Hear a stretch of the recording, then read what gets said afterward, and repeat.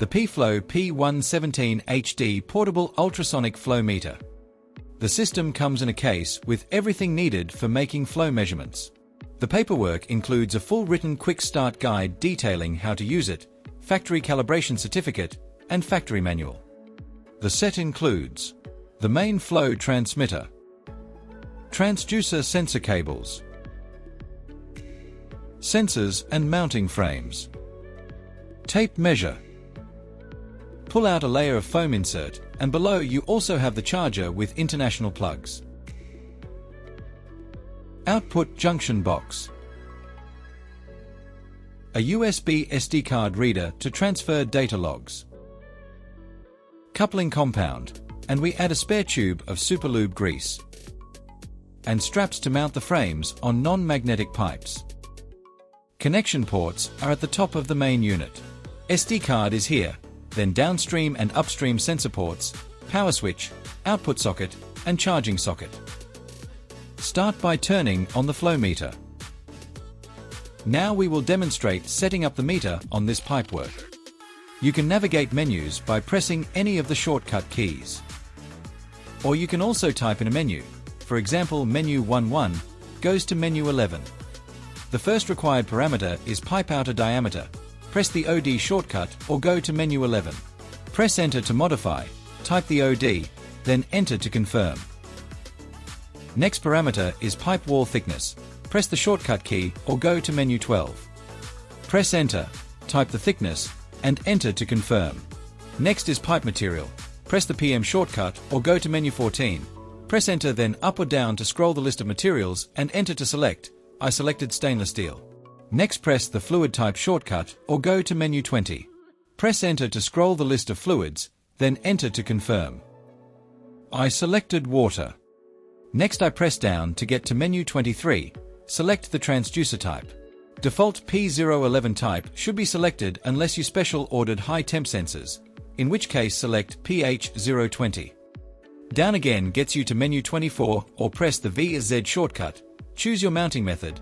V is the most common and what we will use in this demonstration. Now down again gets us to menu 25. This displayed spacing is the distance we need to space the sensors on the pipe. Around 57.7 mm in this case. Now we can prepare the sensors. Pull them out and take some couplant. Apply a blob on the surface of both sensors.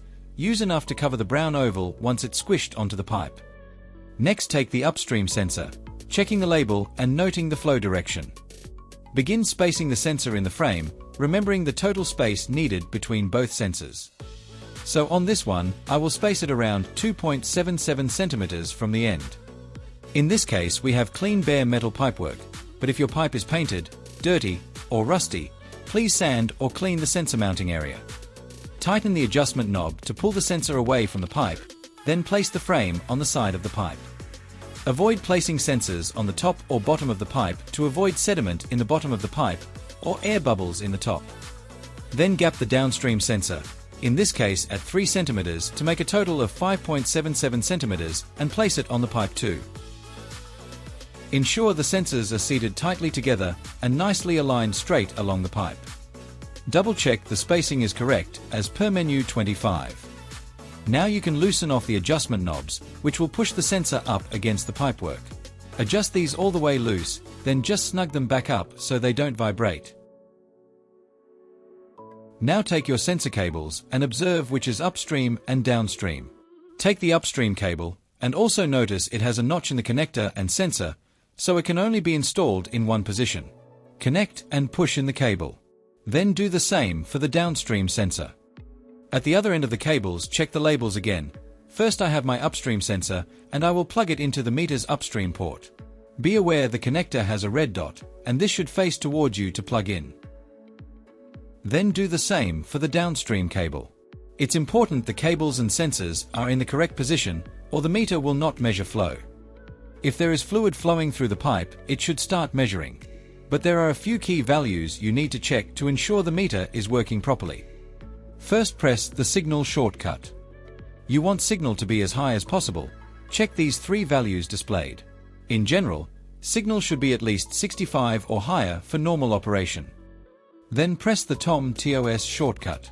This value shown is the transit time ratio. A normal transit time ratio should be at 100% with 3% allowed variance. So between 97 and 103%. If either of these two checks are out of range, it can indicate a problem with the application or installation. Please recheck parameters and installation, or check through the installation guide and manual to troubleshoot. Maybe there is a parameter incorrectly set or a problem like not enough straight pipe length causing turbulence in the flow, aeration, or too much solids in the flow. Now you can press the rate shortcut to display the flow rate. You can press the velocity shortcut to show velocity. Or you can press the total shortcut to show the flow totalizer. If you want to change the flow units, they can be changed on menu 31. Press Enter, scroll the list of units, then Enter to select. You can then choose a time unit. So here I demonstrate setting it to liters per hour. Then the totalizer unit, if you want to change, it is on menu 32. Press Enter, scroll the list of units, then Enter to select. Now on the rate display my units have changed as it was set. Also on the total display, the unit has changed as it was set. To use the data logging, press the Data button. You can choose the collection and logging interval. Press up to highlight collection time, press Enter, type how many minutes you want to log for, then Enter again. To change the logging interval, press down to highlight the field. Press Enter, type a number, then Enter to confirm. Now press down to highlight the Start button, and press Enter. The logging will start and it will show a graph. If you want to stop the log early, you can just press the Enter button. That concludes the demonstration. If you get stuck, you can refer to our written Quick Start Guide. It has detailed information and pictures showing how to use the flow meter. Additionally, in the back, there is also a troubleshooting section with some tips and frequently asked questions which may prove helpful.